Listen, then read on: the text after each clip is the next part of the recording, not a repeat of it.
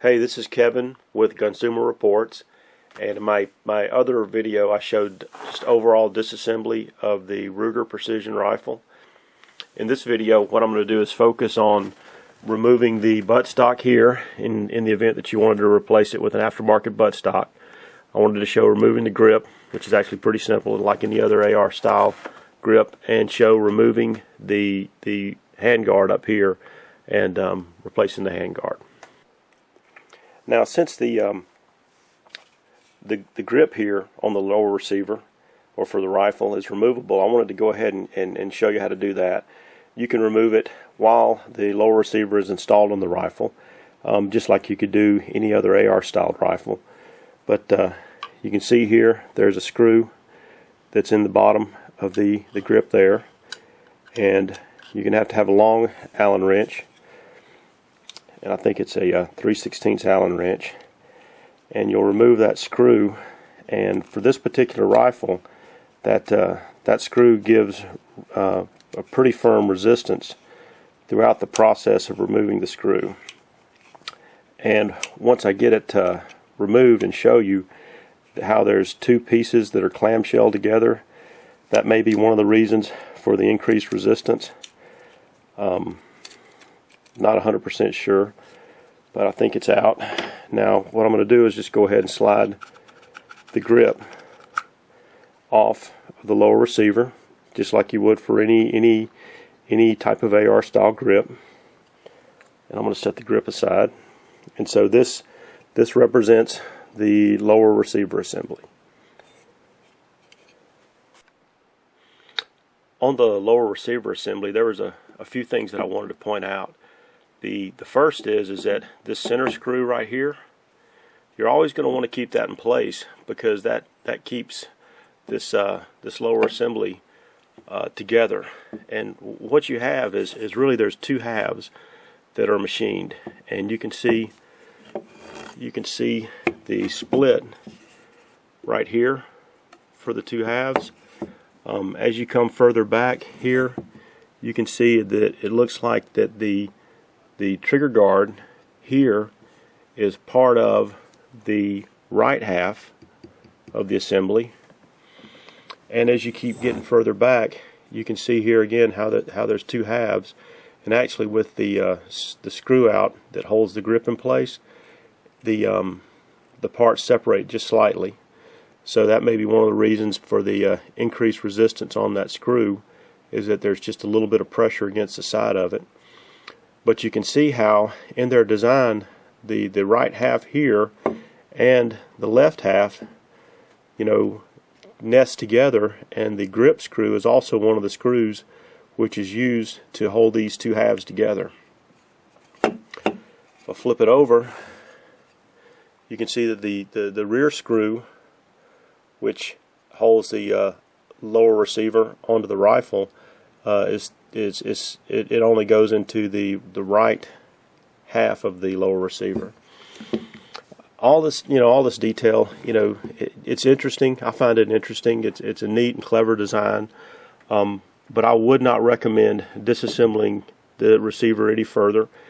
I'm not sure if it would be difficult or not.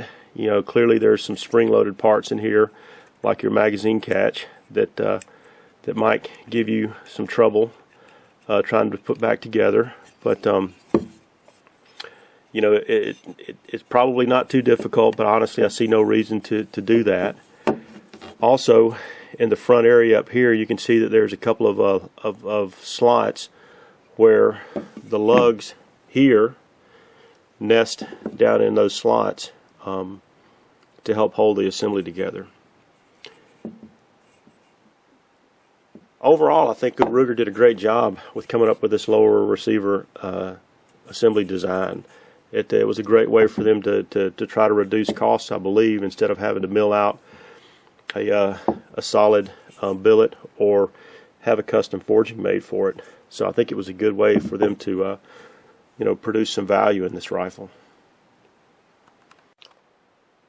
One of the features that Ruger designed into this precision rifle is the ability for customization.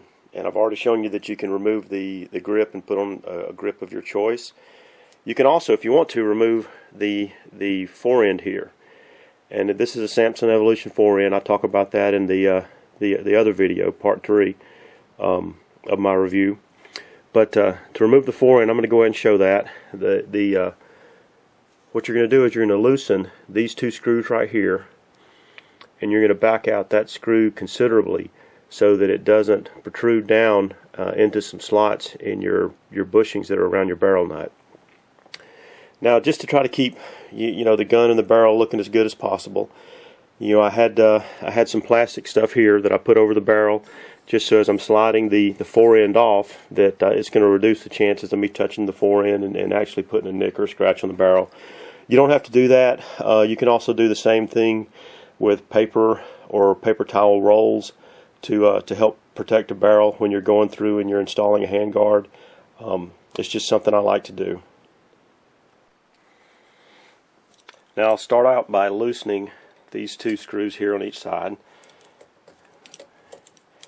until they're loose, until I feel like there's no clamping force being exerted on the barrel nut.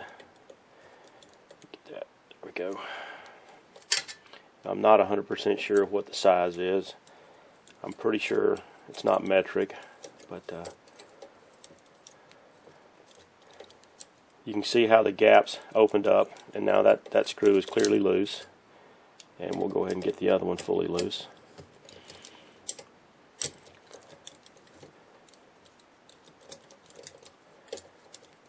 Because you don't want any additional force holding it together while you try to slide it off. Now I'm going to switch to a different Allen wrench here. I think it might be that one.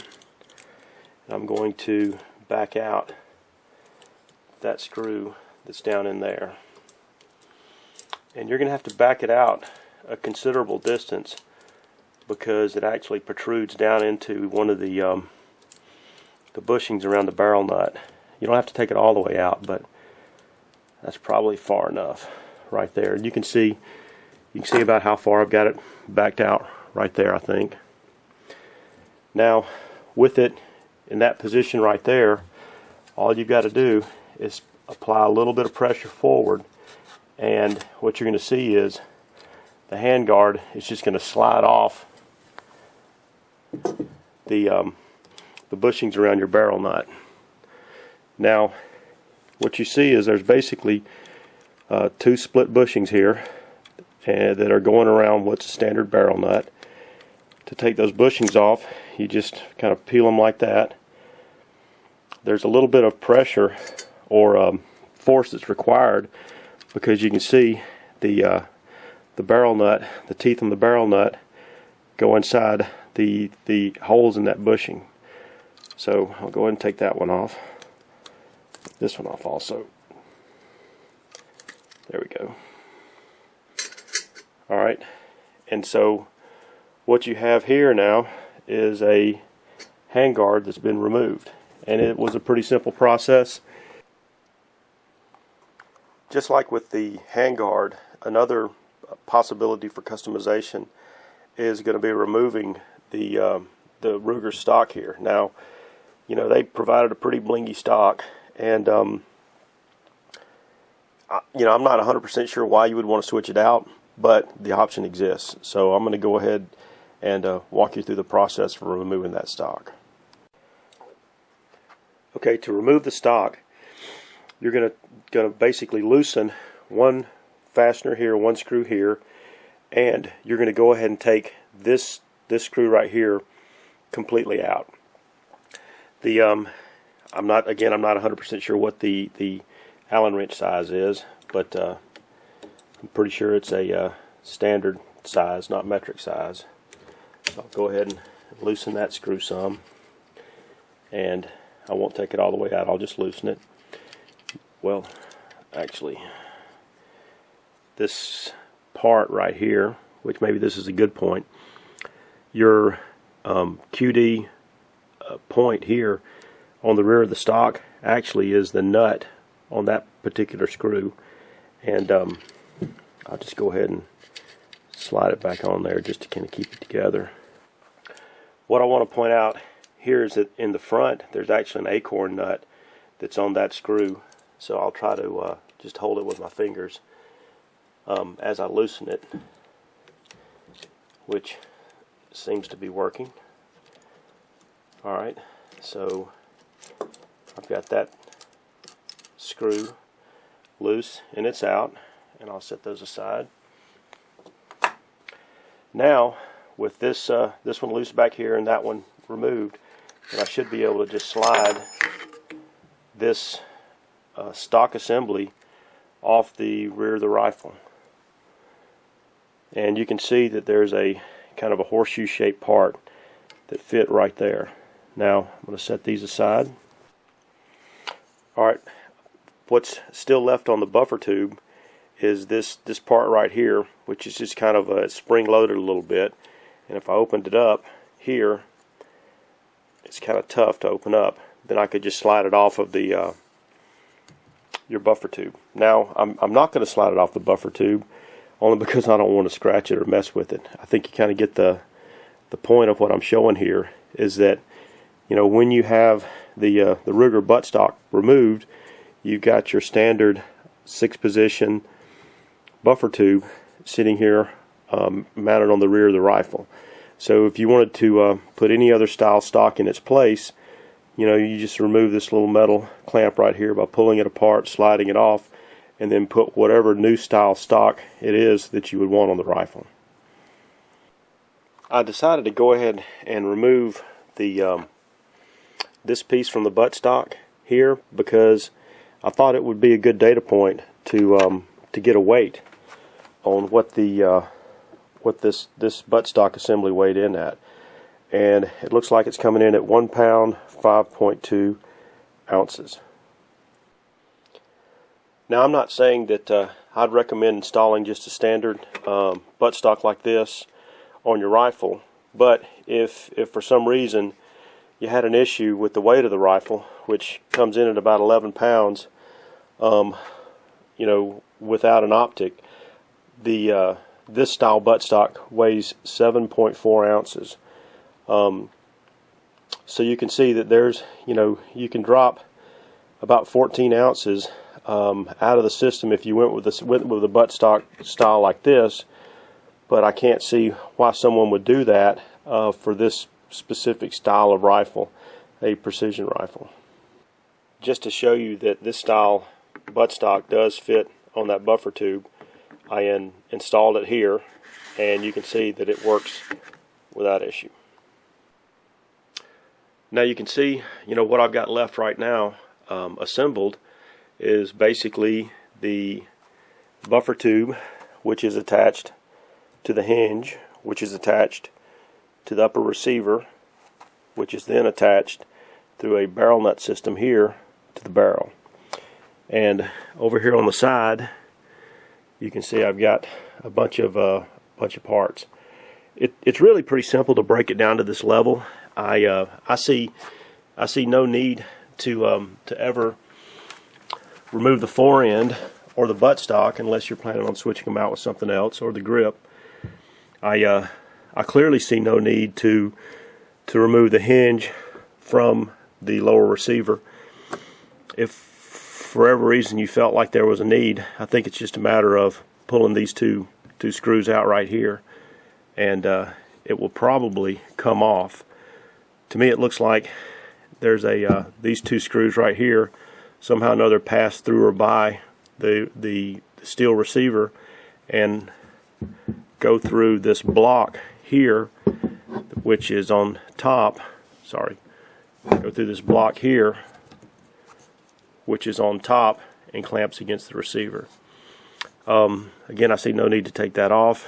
You know, as you go forward, you can see the 20 MOA rails on top, and I'm hoping the lighting's good enough to see that they're fully through tapped holes at all 8 locations. There's one that's up in there, and the 2 that are here in the back.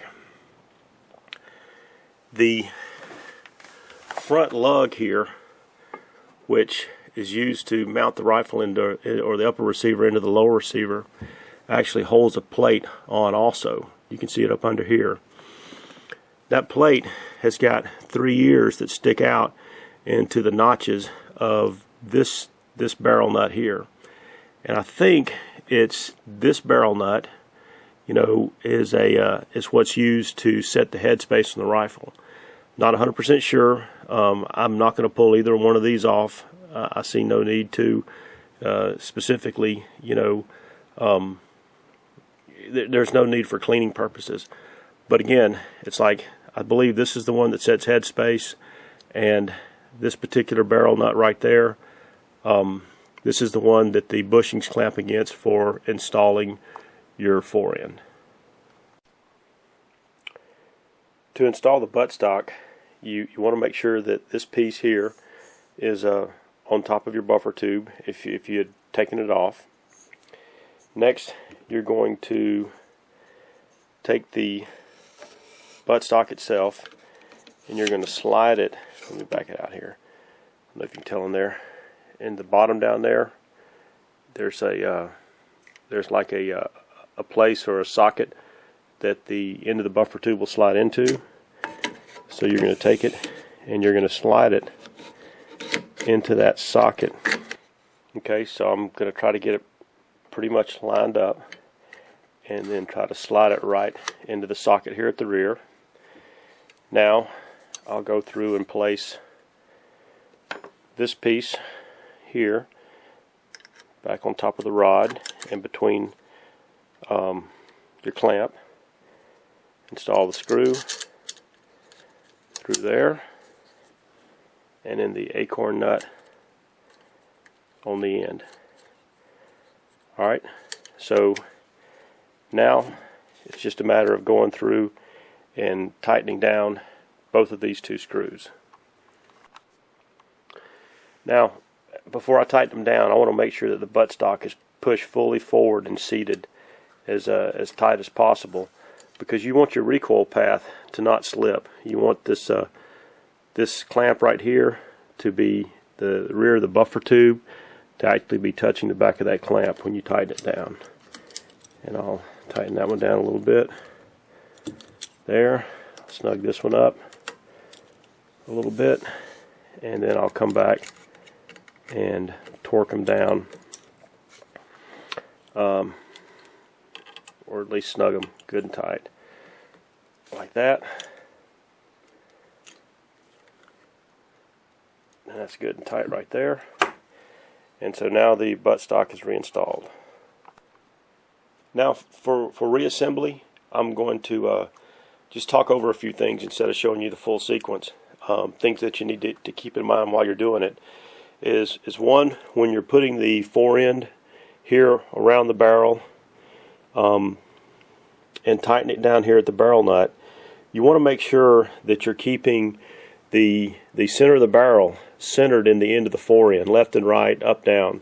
You know, that's one thing that you really have to pay attention to, and then once you get it just right, centered just right, you want to incrementally torque the two fasteners that are going to go in here in this direction. I want to also show you that when you put the bushings right here around the barrel nut, you know, on the bottom side, there's just going to be one open slot there in the teeth of the barrel nut, and it's going to be positioned like this. Now I also want to point out, if you don't back out that screw far enough, the set screw, what you'll do, just like I did here, is that you'll end up marring a little bit of the bushing itself. You know, so make sure that you back that set screw out far enough. It's no issue as far as functionality, but that is something that I did in the process of removing it the first time. I reinstalled the handguard and reinstalled it without issue.